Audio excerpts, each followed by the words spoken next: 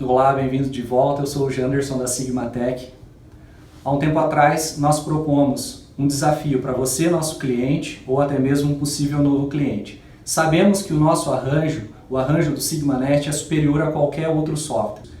Chegamos a fazer alguns estudos, em alguns casos, chegamos a uma economia de até 10% de economia de material. Só que além disso, nós detectamos algumas outras oportunidades. Ou seja, não é só o arranjo que o nosso software é melhor. A gente também tem estratégias de corte, deslocamento de cabeçote, enfim, são tecnologias que também vai extrair o máximo do seu equipamento. Então eu gostaria de, além desse desafio, a gente ainda quer que você nos procure, entre em contato com a gente para que nós possamos fazer uma visita para você, para a gente discutir esse assunto, fazer novos testes e assim por diante. Então vem comigo que eu quero te mostrar como é fácil programar com SigmaNet.